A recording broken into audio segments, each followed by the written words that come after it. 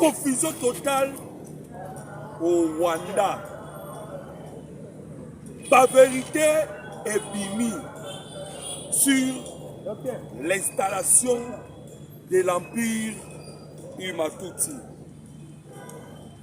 Kagame, Museveni, ainsi que Paul Kagame jouent leur dernière carte.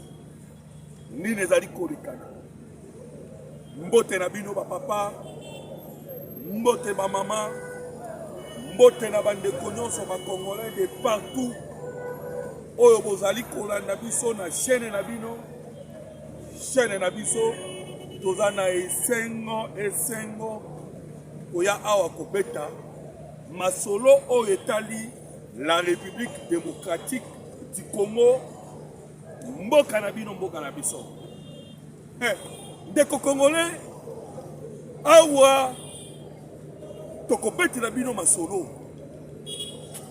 de sorte que bokoma na koyeba mboka euti wapi eza wapi ezokende wapi kaka na système ya buka lelo lamba lelo lia lelo. Alors tokobeta masolo tokobimisa ba vérité oyo ebombamaki ebimi. C'est qui? C'est le représentant au niveau des États-Unis d'Amérique, John Wilson. John Wilson a bimisi par secret nyonso. Bandeko ba Congolais ainsi que Stephen Miller. Voilà, bakomo yangwana. Tokobeta masolo. La guerre si Makambo etali la République démocratique du Congo. Awa est exporté. Et comme il y a un niveau États-Unis d'Amérique. Bandeko ba Congolais, motosko est pris entre les Américains pro Donald Trump et avec les Américains pro Kinshasa. Tokobeta masolo na wawa. Okoyoka, bandeko ba Congolais, bokoyoka ke makambo ngo ezanini. Toko solo la ngo. Awa toko beta lisusu li solo. Il y a frappe aérienne de précision. Frappe chirurgicale. Ba frappe oyo et touchaka ba cible. To beta li solo na ngo. To beta ngo na kata émission. Vous allez comprendre pour na nini ba betami parce que Kanyuka leli. Kanyuka asali matanga. Alléluia. Tozobeta bino masolo bandeko ba Congolais. Nakotangela yo document yango. Okoyoka. Pourquoi Laurence Kanyuka alléluia. Awa bandeko ba Congolais. Toko solola elongo na bino. Pour que vous compreniez la situation en Boka Congo. Pourquoi les États-Unis d'Amérique se sont retrouvés en Turquie? Pourquoi? Ah, tout le monde américain va aller en Turquie. Petit maçon en Turquie et l'on a d'aïchini na mokozamboka. Dès le retour, les Américains vont aux États-Unis d'Amérique. Le président d'Aïchimi a dit na Burundi, Mokonzamboka Félix Antoine Tshisekedi Tshilombo azongi Congo bandeko mbalamoko gika bongo moja Victor c'est directement retrouvé wapi na niveau ya Turquie. Ya watokoloba na kotangela bino oyo kasikoyo la machine de guerre, des équipements sophistiqués. Il y a dernière génération. Oyo na minute oyo, nous les possédons venant de la Turquie. Mambou Masobele Bandeko.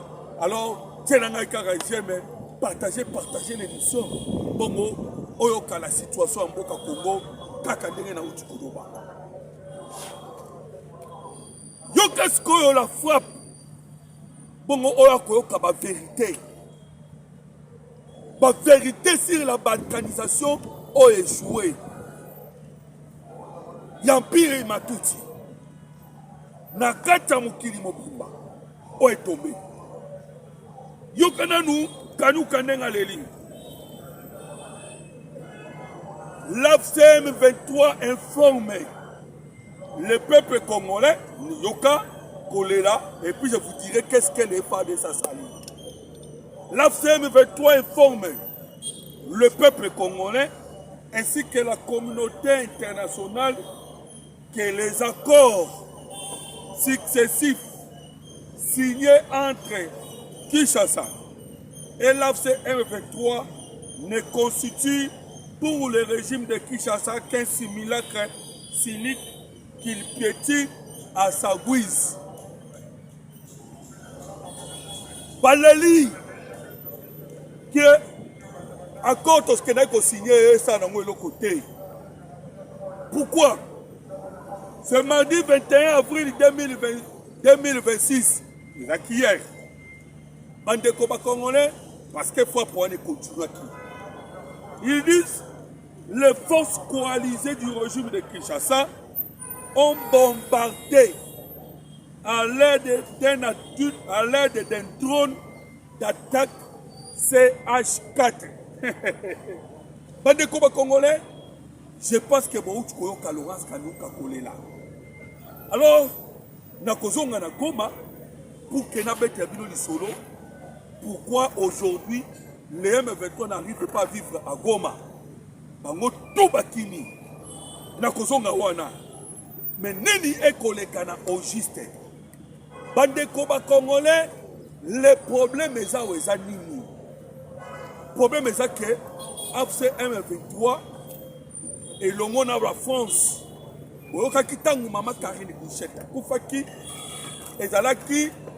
L'objectif de la France, les Français balukaki ke na kati ya makamboyo Kagame a obtenir le cessez-le-feu.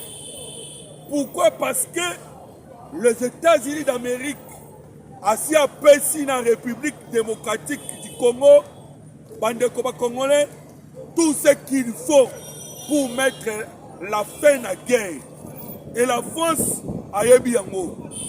Et les équipements, il y a dernière génération autres dans yango, bande congolais ali ko inquiéter bango. Alors boyo kalisolo, par révélation bimi, tellement que les Rwandais sont coqués sous guerre. Tant que côté qui maka réunion côté qui na niveau ya Addis Abeba. Ba président tout ba kenda ki Addis Abeba, mais Kagame a kenda ki les États-Unis d'Amérique. Kagame a kenda ko sani les États-Unis d'Amérique, a kenda ki ko kutana na ba nyonso ya tuti power. Bande ko ba congolais a kenda ko kutana na bango pour leur dire que l'objectif fixé depuis Clinton, Yakokata le Grand Kivu, Yakokata Est de la République démocratique du Congo, peut installer l'empire Imatuti, les alliés qui s'effondrer. Ça c'est Kagame, qui cocote ça. Réunion et le monde a membre il y a tout type power. Alors, les Congolais,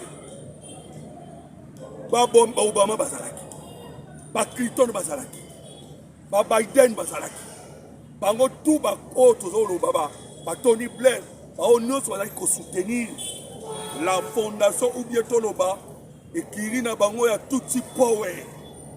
Babi, il faut maintenant contacter Auto Bengi na Kombo ya administration ya Donald Trump pour que Trump a un recul à Tika Kagame libre. Je pense que bon a une photo à Kagame aux États-Unis d'Amérique. Dans le moment, il y a l'Union africaine à côté qui est ensemble. Alors, qu'est-ce qui s'est passé? Donald Trump voyant cela. Bengi Trump,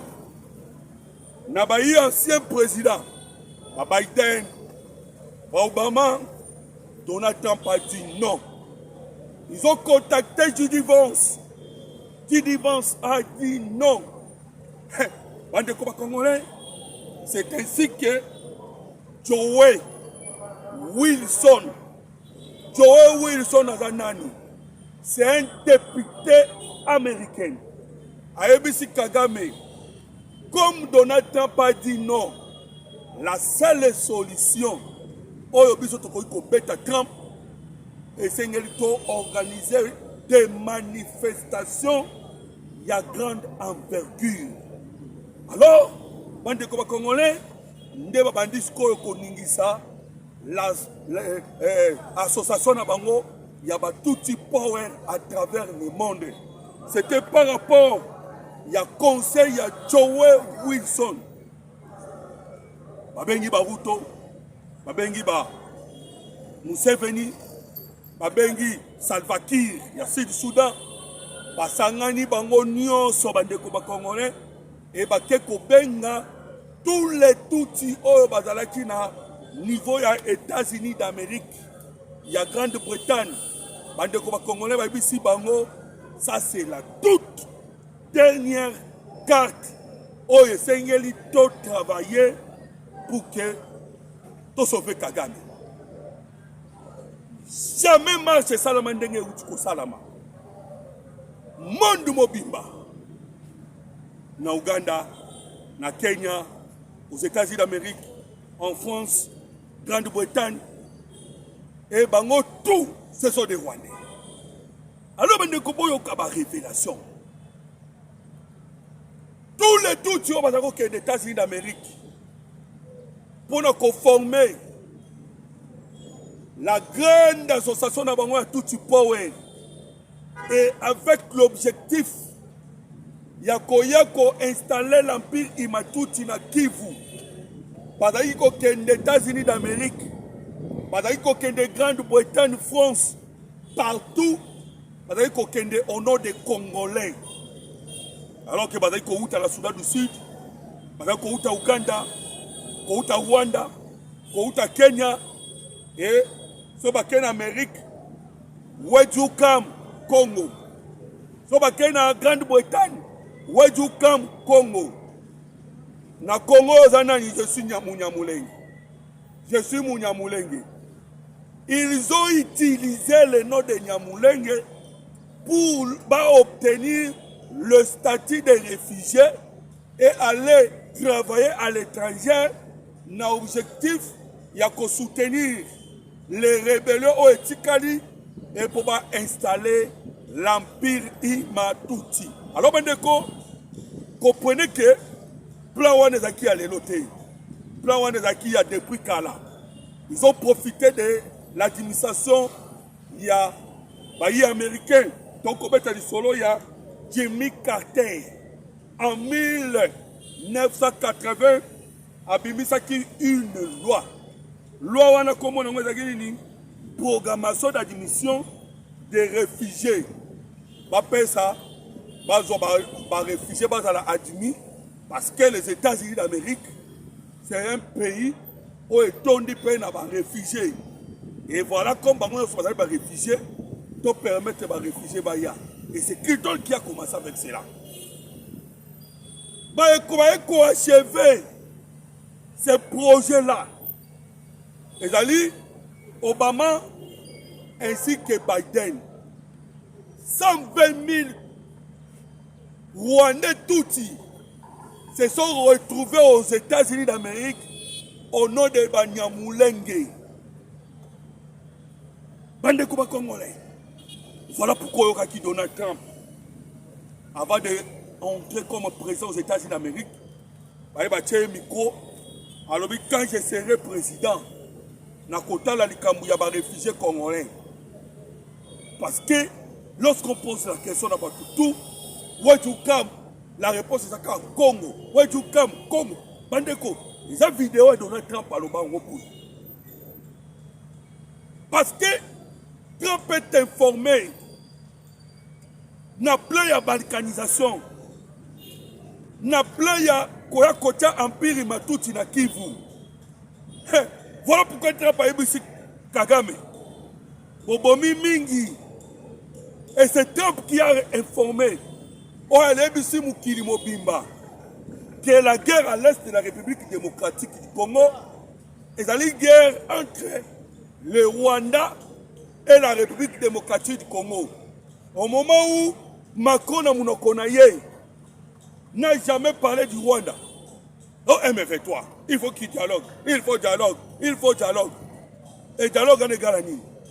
Laissez l'Empire Imatouti va continuer à dominer. Va dominer toujours la partie est. Voilà un autre bengi en bande comme congolais.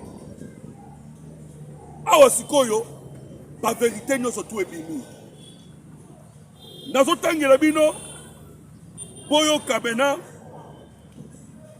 ndenge député wana après ça qui na Paul Kagame, je ne sais pas, ceux qui n'a qu'à retrouver aussi vite parce que bande comme congolais, awa toujours ba bino qui tous les plans ont été matamaki na monili et puis mis en poisson. Ba marché me tourner contre Bango. Tellement que Donald pas des informations.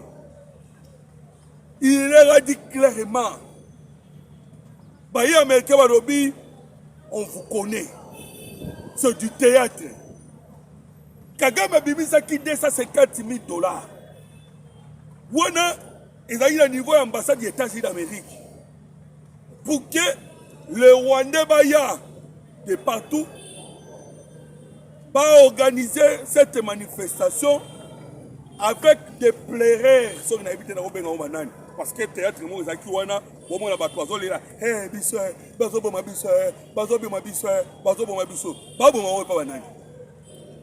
c'est nous qui avons perdu. Plus de 15 millions de morts. Mais tel le couteau à Kagame. Avec honneur surtout Baosala. Il y a une révélation. Parce que Stephen a mis la révélation. Obama et Biden ont transporté environ 120 000 réfugiés par avion depuis le Congo et les ont réinstallés à travers les États-Unis dans le cadre du programme d'admission des réfugiés aux États-Unis créé par le président Jimmy Carter. Oyo, c'est Stephen Miller. Moko Yaba, député au niveau des États-Unis d'Amérique. Abibi si la vérité. Et quand il dit au Congo, ce ne sont pas des Congolais, mais ce sont des Rwandais. Et ça qui n'ont pas parce qu'Obama est pas un membre. Il y a tout type de yo qu'est-ce qu'on dit au Congo? Cet ancien conseiller influent à la Maison Blanche sous la présidence de Donald Trump, particulièrement associé aux politiques migratoires et sécuritaires. Wana bande ko congolais yoka les documents parce que c'est en anglais toujours interprété yango pour boyoka yango bien. Voilà. En 1980, Jimmy Carter a signé une loi visant à offrir aux réfugiés une voie accélérée vers la citoyenneté américaine. Et les avantages suivants. Donc, avantage, le droit de vote. Les réfugiés, une fois naturalisés, ont le même droit de vote que tous les citoyens américains. Siéger dans des jurys. Les réfugiés, une fois naturalisés, peuvent juger les Américains coupables ou non coupables, faire des offices de juge. Les réfugiés, une fois naturalisés, peuvent devenir l'autorité suprême dans leur lieu de résidence quant à l'interprétation et à l'application de la Constitution des États-Unis d'Amérique. Bande koba congolais. Ba membre tout tu power wana na utukoloba. Ba kotisi bango na ba nyonso partout ne ba utukoyoka na utukotanga. Ba koma ba juge, ba koma passer par là. Et yoka sous je vais continuer de lire. Pour exercer des fonctions des agents de police, le maire peut recruter des personnes admises comme réfugiés pour servir comme agents de police habilités à arrêter des citoyens américains. Soins médicaux gratuits, logement gratuit, nourriture gratuite éducation gratuite, préférence en matière d'embauche et de l'administration et de l'admission à l'université. Comprenez maintenant? Place Mboke Komaki, les réfugiés nyonso va se retrouver en état d'Amérique. Au nom des Congolais, mais ils ne sont pas Congolais. Voilà pourquoi Bazaki Koluka, Azaria Sourouberwa, Moïse Nyarugabu, Bakomisa, Minemwe, Lokola territoire. Bazaki Koluka Yango pas maté. C'était parce que ils ont voulu, et comme un quartier général, il y a tout type power venant de partout, du Sud, du Sud, de la Somalie, du Kenya, de l'Ouganda, du Rwanda, Baya Sikoyo, Baza Bango comme na Moulenge, Baza na partout, et Bakosa Sikoyo, va profiter d'un génocide, où est Salamaki na Rwanda, Balobake, génocide du Pédo Salama na Congo, et permettre Bango, Bayokala Bango Mawa, et puis, en fin de compte, Bakata Congo. Trump a dit non. Trump a boyi. Bandeko. Et ça qui va révélation cachée. Alors donc, on va bimi dans poisson. Bazal souci à Kobo Mamate. Non, ce n'est pas qui le bimi. Sachez-le bien que, proverbe moi et le monde est dirigé par des secrets. Il y a des secrets au Evanda. Le loyo, biso ba Congolais, ba komi kotete biso, lokola ba criminel. Lokola biso to sa génocide. Et donc c'est Kagame. Donc c'est Kagame. 15 millions de morts c'est Kagame. Génocide c'est au Rwanda. Mais sont allés manifestation ba Tchakilobi. Bande comme Congolais, Bazoteka Tshisekedi. Ah, Tshisekedi criminel. Tshisekedi criminel. Et ce n'est pas Kagame. Tout ça, objectif est nul. Et Sengeli Totika Naboumbo Kagame. Naya Empire Imatuti. Organisation Wana OSU, Ezui Racine Nango. Na Rwanda et États-Unis d'Amérique, partout. Misu Nabango, Ezali Wapi, Kivu. Voilà pourquoi Emmanuel Macron, comme lui aussi, il participe à Yango. Ndebaki Koluka, c'est ça le fait. C'est ça le fait, Baki Koluka, et c'est un objectif. Balali Sabiso. L'Empire s'est renforcé. Voyons va continuer guerre. Une rébellion dans des Congolais au Comona. Remplie par étrangers. Par réfugiés, on a mokonde auto komona a ko diriger Goma. Garçon wana ba benga na kombo ya Willy Manzi. Il est moko ya Empire Matuti. Et ba vandi si administration. Et ba jouer rôle ko vandi sa administration ezali Kenya. Et puis Ouganda pembeni. Voilà pourquoi boyoka Kilobi Oto Kobenga le quoi na kombo Museveni. Museveni aya bemisi soldat ya armée na ye, un militaire. Oh, nous disons ceci, il faut qu'on rende comme ça fédéralisme na RDC. Est-ce que RDC ça bango? Donc ces gens-là se croyaient déjà que basi bakata pour na bango. Avec qui politique nambe na mutu, on a ko faciliter bango. A étouffé armée n'a vu ce combat qui faible, pas des unités spéciales, armée Mokoboe, Azuba généraux comme ça, bon, homme d'affaires, Balia Kabamelaka, Basala Kanyo surtout Bolingi, vous allez trouver des généraux n'a vu ce Moussoussou, Awato Kolobande au Congolais, pour commander 4 formes à soldats. Il y avait ces militaires hommes d'affaires, il y avait ces militaires traîtres, il y avait des militaires infiltrés. Nous sommes pas favorisés et que l'installation de l'Empire Imatuti Salama. Et aujourd'hui, Trump a dit non. Voilà pourquoi nous sommes soutenir Donald Trump. Donc soutenir Trump ne peut pas battre. Pourquoi? Parce que Donald Trump a renversé Makamouana. Donald Trump nous a donné toutes les informations. Et l'administration Trump. Makabozaki Kovanda. Tellement minute à Mouké. N'a kozonga prochainement. Je vais vous dire pourquoi Bachole na Bambongo ils attaquent souvent Mokozamboka. Vous allez comprendre que Nakati ya Makambotali, l'Empire Matuti, ils sont là. Ils sont là. Nakobeta Masolo. Nakoya Wabandeko Bakongo. Alors vous avez compris que si tu as dit awa, Basalaki marche ya Makasi. Et l'objectif ya marche ya Makasi wana, ils ont dit pour l'embissa Donald Trump. N'engagement pour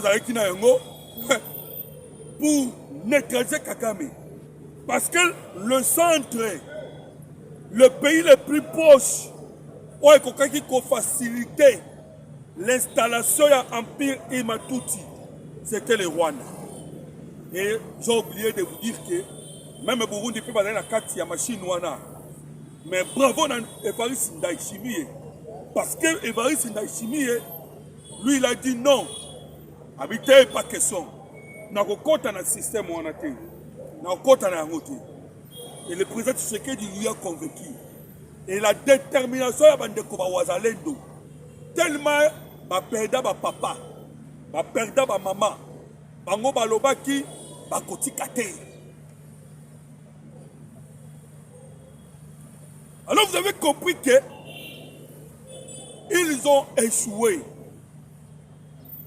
Les lorsqu'ils tolongo li ba traître, tolongo li ba infiltré. Maintenant nous avons parce que bandeko, la colonne vertébrale en Boka c'est l'armée.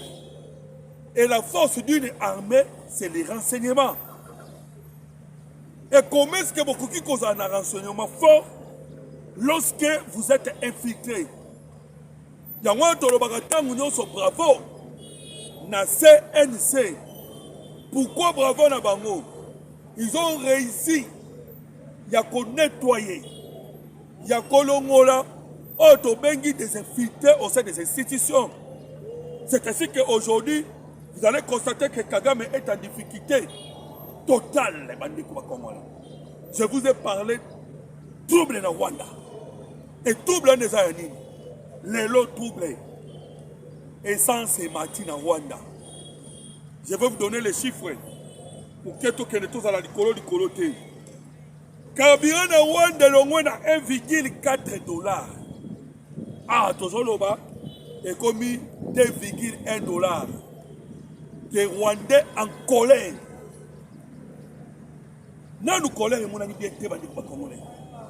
Je vous dis que les Hutus, il y a Rwanda, et non pour passer le génocide cette fois-ci, parce que nous conseillons de ne pas faire le génocide. Malgré que Kagame a provoqué Bango, parce que Kagame est en train de provoquer la République démocratique du Congo. Et le président Tshisekedi a cédé la provocation. A cédé. Voilà pourquoi nous disons, même Jean-Luc Abiyarimana, a cédé la colère, a cédé la provocation à Kagame. Kagame d'ailleurs n'est même pas un Rwandais. Kagame n'est pas Rwandais. C'est un touti au Outimoussika. Et il est venu maintenant mettre du double. D'ailleurs, il vient de l'Ouganda. Et après avoir commencé l'Ouganda, on a passé à Outaki. Aki ko chak double na Rwanda.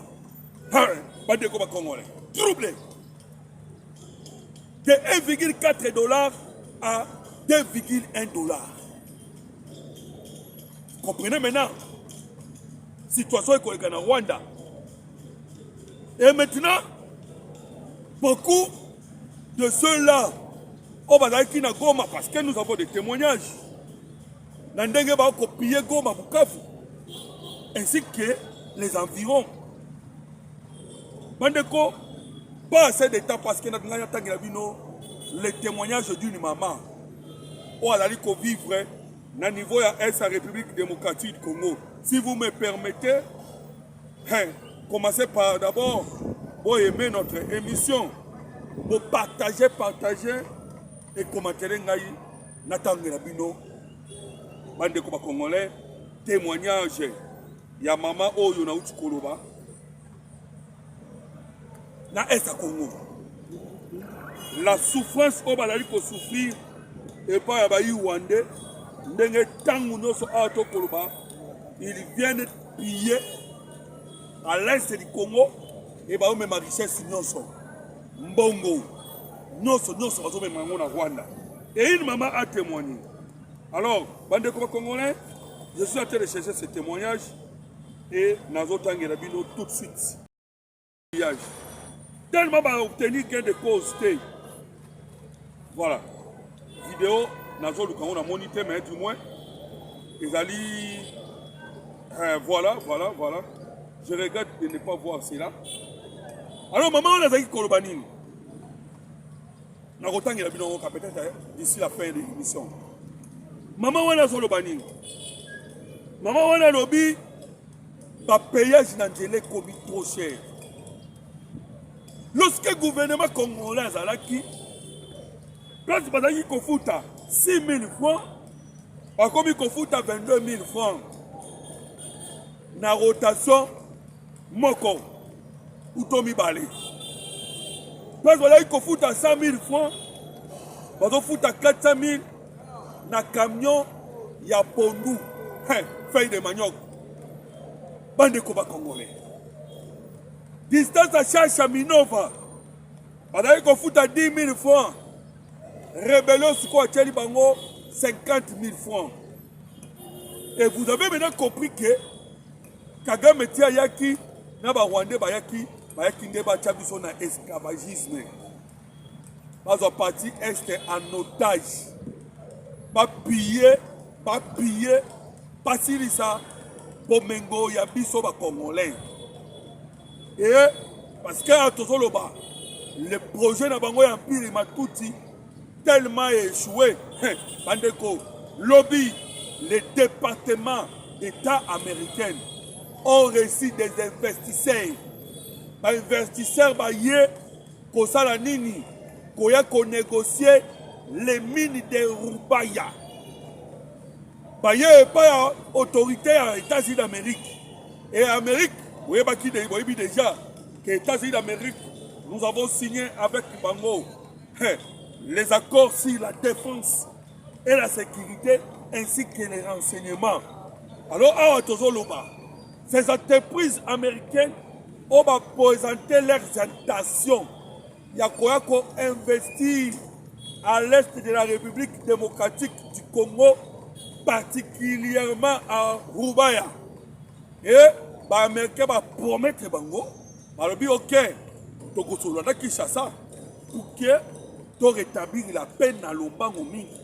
Alors, le président Tshisekedi a joué le numéro de Donald Trump pour qu'il soit en communication à tout moment.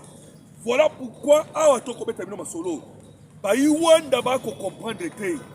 quels sont les matériels technologiques la République démocratique du Congo continue. Bandeko, vous avez vu que la guerre dans l'Est est comme une guerre, il y a technologie avancée. Genre le quoi il y a l'Ukraine, la Russie, genre le quoi il y a l'Amérique, l'Iran. Guerre, il y a technologie avancée. Voilà pourquoi Kagame, le corps français, il continue de matériel. Il y a dernière génération. Sinon, il y a aussi matériel. Il y a dernière génération. Kagame maintenant, c'est quoi que à Kobunana Bisso. Mais dans la grande surprise, Congolais, Kagame a fait face à un nouveau matériel au Bisso Tozui. Voilà pourquoi Okoyoka, moto epela Goma, moto epela Bukavu, moto epela Masisi, moto epela Kuna Nyoso. Tous les chefs rebelles, à Tozobana Bino Congolais, Bakatisa na Rwanda. Bazovanda na Rubavu. Oui, pourquoi? Parce que va faire face na ba matériel et technologie avancée au toi na ngolelo. Alors, tout ça, c'est pour vous dire quoi? C'est pour vous dire que déjà, leur projet, ambition na bango, il y a installation en Pirimatuti et à Danamaï. Ils sont déjà dans Maï. Vous pensez que Kagame, si il y a quelqu'un qui Kokota Mona na la Silicon Valley, la capitale mondiale, il y a technologie. Et ça qui pamba. Donc, Bandeko, nous sommes prêts pour la balkanisation en Boko, pour mettre en place l'Empire Matuti. Mais on va échouer. Échouer complètement Bandeko Congolais. Voilà Stephen Miller. Bandeko, Yende a panzi bango. Stephen Miller a panzi bango complètement. À quoi ici, ma vérité nyonso. Ned bazabo ya minitoyo, nyonso basala qui contre biso et se tourner contre bango moko. Ba maswana na mai. Ba masu basali. Nebse kibino, ils avaient même un projet. Et projet basala qui et un projet ya nini? Projet ya koya ko déstabiliser les grands Katanga. Et bravo, les Dikapen. Pourquoi? Parce que Dikapen, Yemoko Achaki, Makolonae Bandeko Bakongolais, ah, toujours Banabino, na niveau ya Grand Katanga, pour s'opposer, na plan ya Hippolyte Kanambe, na plan ya Moïse Katumbi, oh, ils allaient qui a déstabiliser les Grand Katanga, ah, toujours Bandeko. Grand Katanga, on est sous contrôle. Voilà pourquoi Raki Bamouteba. Parce que la tangue non sort. Oh non, Tshisekedi a militarisé les gars Katanga. Oh, déco. Au monde où a pris un sango. Ayo Kamabe qui est Mokana ezali militarisé.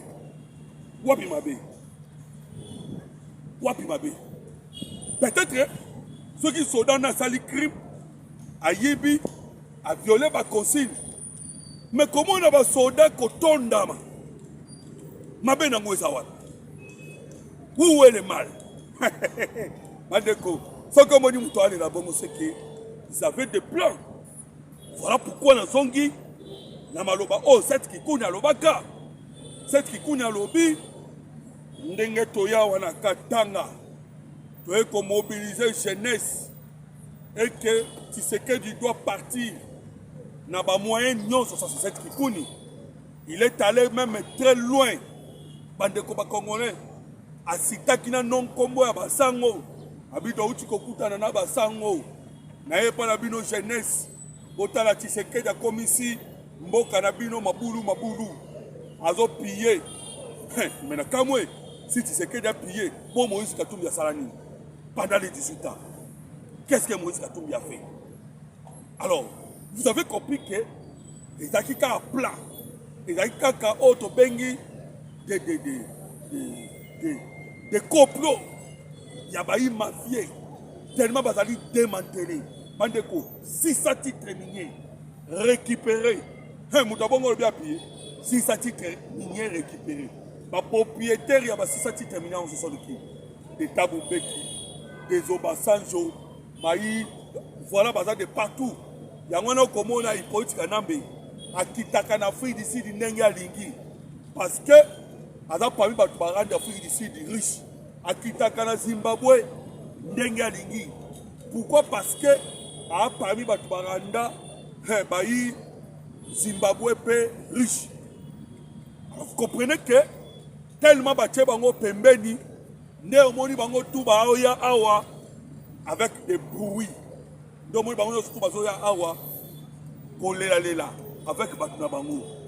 c'est la fin de Bango. Donc, pour Kagame, na Trump, c'est fini, c'est fini. Pour Kagame, ou pour Rwanda, na États-Unis d'Amérique. Voilà pourquoi on a manœuvre.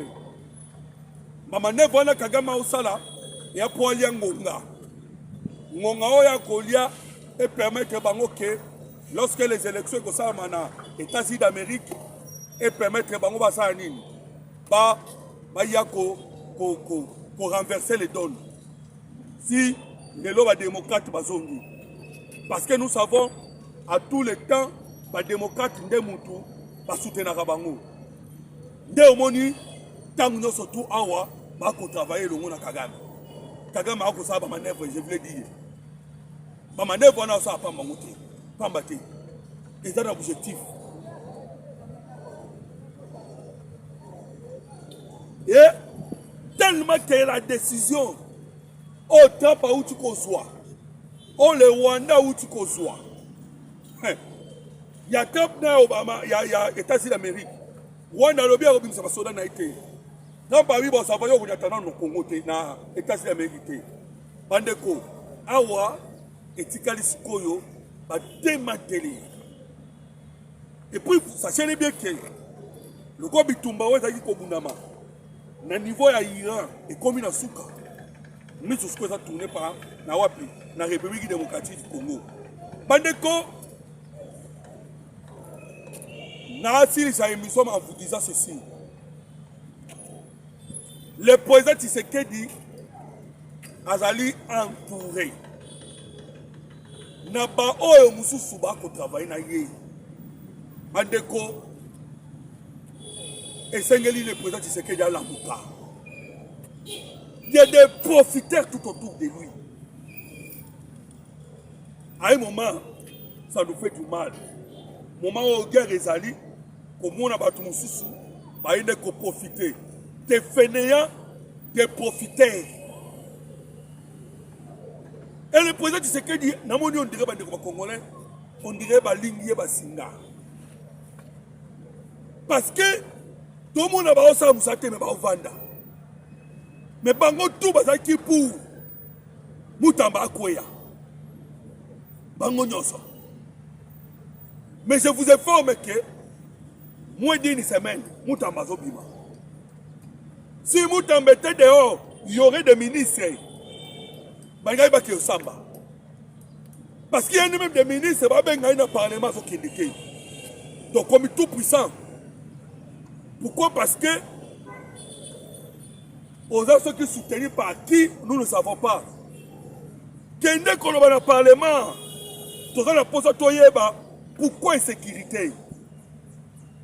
Tu n'es pas Congolais, super, le quoi qu'on est Congolais, et tu as là un communicateur. Parce que tu as 50 $, 100 $, ou 1000 $ ou combien. Ils viennent défendre. Pourquoi il y a l'insécurité? L'insécurité, ça touche tout le monde. Voilà pourquoi de ces insécurités, il faut être à la suivi. Partout, partout. Bande de combat congolais. Ah, même celle-là qui dirige la vie de Kinshasa. Pire, il faut y aller. Et le président Tshisekedi a conçu le point de bango. On dit pire, j'ai autour de ça, ma armée. Et que ça, ma paix, pas na bango. Mais dis-moi, Bandeko, tu as une émission pour plus de détails. La bonne nouvelle est que Moutambazo qui m'a dit là. Merci beaucoup, que Dieu vous bénisse. Vous contactez sur la piste 143 89 40 330 80. Que Dieu vous bénisse.